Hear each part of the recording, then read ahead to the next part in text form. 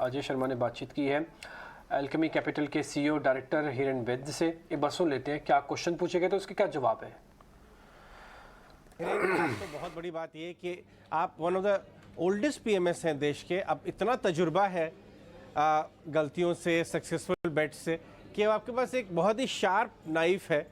इस बार इस मामले को अचीव करने के लिए stock selection, specially mid cap small cap में। मैं आपसे एक बात पूछना चाहूँगा, हाल ही में मैं पढ़ रहा था टाटा ग्रुप जो कि देश का वन ऑफ द सबसे बिगेस्ट ग्रुप्स है, वो $100 बिलियन का अगले कुछ सालों में निवेश अपने देश में कर रहे हैं। इसी तरह अगर आप बिरला जी की कमेंट्री पढ़ें रिसेंटली, वो कह रहे हैं 10 साल का कैपेक्स बूम या कैपेक्स मेला इंडिया में शुरू हो रहा है। और हम जानते ही हैं, और बड़े ग्रुप की भी बात करें, इसका ट्रिकल डाउन इफेक्ट काफ़ी दूर तक हो सकता है। आपने बहुत साइकिल्स देखे हैं, ये जो कैपेक्स और मैन्युफैक्चरिंग की दिशा में कुछ सरकार के कदमों की वजह से भी, पॉलिसीज़ की वजह से भी, और कुछ नई स्ट्रैटेजी जो हमारे बिजनेस ग्रुप्स की है उसकी वजह से, ये कितना स्ट्रक्चरल आपको नज़र आता है, कितना ताकतवर नज़र आता है ये थीम? देखिए, ये जो थीम है वो बहुत ही स्ट्रक्चरल है और मेरे हिसाब से काफ़ी रियल भी है। हम इसकी बात कई सालों से करते आ रहे हैं, परंतु अब जब आपने ये उदाहरण बताए जो अपने बड़े बिजनेस ग्रुप्स हैं, वो अब बड़े बड़े प्रोजेक्ट्स की बात कर रहे हैं, इसके दो रीजन हैं। एक तो ये है कि इकोनॉमी का जो स्ट्रक्चर है वो चेंज हो रहा है। फॉर एग्जाम्पल, आपकी जो पूरी एनर्जी वैल्यू चेन जो पहले कोल बेस्ड थी या oil and fossil fuel based थी, वो धीरे धीरे अब न्यू एनर्जी की तरफ जा रही है और हर एक कंपनी को इन्वेस्ट करना पड़ेगा। आज मेरे दफ्तर में एक छोटी सी गुजरात बेस्ड सीमेंट कंपनी के एंटरप्रेन्योर आए थे मिलने, और छोटी कंपनी है, 2 मिलियन टन की कैपेसिटी है। और मैंने उनसे पूछा कि आप कहां इन्वेस्ट कर रहे हो, तो उन्होंने बोला एक तो मैं कैपेसिटी इंक्रीज करूंगा, वो तो मैं निवेश करूंगा ही, लेकिन उन्होंने बोला कि मैं जो थर्मल कोल यूज करता था पावर के लिए जो सीमेंट प्रोडक्शन में अवेलेबल, अब मैं 40 मेगावाट का रिन्यूएबल एनर्जी का combination of solar and wind डाल रहा। तो मेरे कहने का यह मतलब है कि अगर आप ट्रेडिशनल इंडस्ट्री भी हैं तो आपको काफी नया केपेक्स करना पड़ेगा, या आपके फ्यूल पे, कल उठ के आप ऑटोमेशन करेंगे, डिस्ट्रीब्यूशन करेंगे। आजकल हर एक इंडस्ट्री में आप इंडस्ट्रियल प्रोडक्ट बेच रहे हो या कंज्यूमर प्रोडक्ट बेच रहे हो। आज अगर आप इंडस्ट्रियल प्रोडक्ट भी बेच रहे हो तो अदर देन फिजिकल डिस्ट्रीब्यूशन और डीलरशिप, ये तो है ही, लेकिन आज के दिन ये बहुत इंपॉर्टेंट है कि आप ऑनलाइन प्लेटफॉर्म्स पे भी हो, B2B प्लेटफॉर्म्स पे हो, राइट। आपको निवेश हर एक आपके बिजनेस के वैल्यू चेन में करना पड़ेगा। तो अब ये जो बड़े ट्रेंड्स आ रहे हैं ट्रांसपोर्टेशन में, जो पूरा पेट्रोल डीजल से हम इलेक्ट्रिक व्हीकल और हाइब्रिड्स की तरफ जाएंगे, हम एनर्जी में कोल और ट्रेडिशनल फ्यूल से रिन्यूएबल फ्यूल की तरफ जाएंगे, हमें सेमीकंडक्टर की जरूरत है, हमें ये जो बिल्डिंग ब्लॉक्स ऑफ इलेक्ट्रिफिकेशन है उसके रॉ मटेरियल में इन्वेस्ट करना पड़ेगा, हमें फार्मा और एग्रोकेमिकल्स में इंटरमीडिएट्स में इन्वेस्ट करना पड़ेगा, क्योंकि ज्यादातर हम ये अभी भी चाइना से इंपोर्ट करते हैं। तो मुझे लग रहा है कि ये जो अपॉर्चुनिटी है बहुत बड़ी है, बहुत रियल है, और अब काफी सारे कॉरपोरेट्स बड़े और छोटे इसको एक अपॉर्चुनिटी मान के बड़े आउटलेज शुरू कर रहे हैं। तो मेरे हिसाब से ये एक बहुत एक्साइटिंग टाइम है। पिछले 10 वर्ष 2011-12 से लेके 2020-21 तक मेरे हिसाब से मैन्युफैक्चरिंग एक स्लंबर में चले गया था हिंदुस्तान। अब अगले 10, 15, 20 साल एक सॉर्ट ऑफ मैन्युफैक्चरिंग रेनेसा होने वाला है इस कंट्री, और हर एक चीज की मैन्युफैक्चरिंग में एक अपॉर्चुनिटी होगी। और इसलिए मुझे लग रहा है कि ये जो केपेक्स साइकिल या प्राइवेट केपेक्स की जो बात हो रही है वो रियल है, और गवर्नमेंट की काफी सारी पॉलिसीज भी प्रोत्साहन दे रही हैं। हमने पीएलआई स्कीम्स देखी, अब हम कॉस्ट ऑफ मैन्युफैक्चरिंग को कंपेटिटिव करने के लिए लॉजिस्टिक्स पॉलिसी ले आए हैं। तो ऐसा बहुत ही वातावरण में चेंज है, और मुझे लग रहा है कि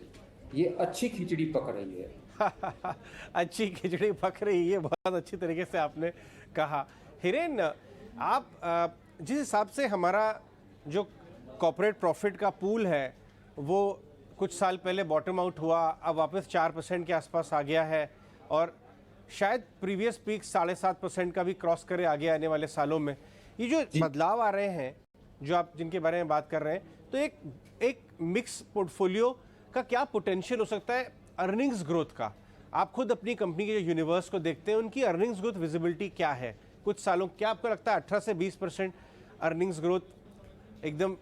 एक मुनासिब एक्सपेक्टेशन होगा अपने पोर्टफोलियो की अर्निंग्स का? आपने बहुत अच्छी बात कही कि अगर आप 91-92 से लेकर मार्च 22 अगर आप प्लॉट करें total corporate profits to GDP, तो आप देखेंगे कि हम बॉटम आउट हो जाते हैं तकरीबन 1.5-2% ऑफ जीडीपी पे, और फिर हमने जो प्रीवियस पीक बनाया था 2008 में जो 7.5% था, वहां से हम निरंतर ये रेशियो नीचे आके 18, 19, 20 में ये वापस तकरीबन 1.5-2% के आसपास बॉटम आउट हुआ, और अब आपने बताया 4.4 4.5% है। मुझे लग रहा है इस बार जो पीक होगा वो 7.5% से ऊपर एक पीक आएगा, और अगर आप बैकवर्ड कैलकुलेट करें तो मुझे कोई संदेह नहीं है कि बारिंग दिस ईयर, क्योंकि इस साल थोड़ा सा फर्स्ट क्वार्टर में और शायद इस क्वार्टर में भी रॉ मटेरियल और इन्फ्लेशन की वजह से थोड़ा सा प्रॉफिट मार्जिन में दबाव आया है, लेकिन मुझे लग रहा है ये टेम्पररी है। सेकेंड हाफ में ये बाउंस बैक मार्जिन वापस हो जाएंगे और नेक्स्ट ईयर उससे भी बेहतर हो सकते हैं। तो मुझे लग रहा है कि 18-20% generic earnings growth is very much possible for the next couple of years, क्योंकि बैलेंस शीट्स डीलेवरेज्ड हैं, हम कोविड से बाहर निकल रहे हैं, तो कॉस्ट स्ट्रक्चर्स काफी लीन हैं। हाँ, रॉ मटेरियल का एक इम्पैक्ट है, लेकिन वो मुझे लग रहा है कि ऑलरेडी रॉ मटेरियल प्राइसेस, काफी मेटल प्राइसेस करेक्ट हो चुके हैं। तो और हमने फॉर एग्जांपल हमारा जो पोर्टफोलियो है, जब उसके मैं नंबर देखता हूं तो मैं देख रहा हूं कि अगले 2 साल हमारी अंडरलाइन कंपनीज जो हमने खरीदी है वहां पे हमें एक एवरेज तकरीबन एटलीस्ट 25 से 30% प्रॉफिट ग्रोथ कंपाउंडिंग लग रहा है नेक्स्ट 2 साल में, और it will be not out of turn to say कि Nifty earnings can compound somewhere in the region of 15-20% at least. क्या बात! और शायद इसीलिए एक केयरफुली क्राफ्टेड पोर्टफोलियो, एक सोच बूझ करके जो आपने अपना फ्रेमवर्क बैठाया इमर्जिंग लीडर्स वाला, उस तरह की फ्रेमवर्क से तो काफ़ी बड़ा अल्फा भी पॉसिबल है। मैं आपको हम लोग वाइंड अप करेंगे डिस्कशन, उससे पहले कुछ पूछूंगा कि कुछ ऐसे राइजिंग सेक्टर्स आपको नज़र आते हैं जिसके ऊपर आपने काफ़ी डीप काम किया हुआ है, जहां हिस्टोरिक प्रॉफिट पूल खराब रहे हों, या तो इमीडिएट हिस्ट्री में 7-8-10 साल पहले, या हमेशा ही, लेकिन आगे आने वाले 5 से 7 साल में प्रॉफिट पूल्स दूसरे कारणों की वजह से बहुत बड़े बन सकते हैं? कुछ ऐसे स्पेसेस के बारे में आप बात करें जो ऑलरेडी वेल एस्टैब्लिश्ड स्पेसेस हैं, उसमें से बहुत ही क्लियर है कि कैपिटल गुड्स और ऑटोमोटिव, यहाँ पे जो प्रॉफिट पूल हैं वो काफी स्टैग्नेंट थे, और अब यहाँ से मुझे लगता है कि 2x 3x इजीली हो जाएंगे प्रॉफिट पूल, बिकॉज ये कंपनियां एब्सोल्यूट टर्म्स में ग्रो नहीं हुई हैं। तो ये तो ट्रेडिशनल सेक्टर्स हैं। लेकिन अगर हम नए सेक्टर्स की बात करें तो एक दो और सेक्टर, दो काफी सारे सेक्टर हैं, लेकिन दो तीन इंपॉर्टेंट सेक्टर्स जो हैं, एक है डिफेंस, जहां मुझे लग रहा है कि अब काफी सीरियसनेस है गवर्नमेंट में कि काफी सारे हिरेन वैद थे, बता रहे हैं कि mid cap small cap fund एक रेज कर रहे हैं ये, और कैपिटल गुड्स और मैन्युफैक्चरिंग डिफेंस की बहुत सारी कंपनियों में बायर रहे हैं।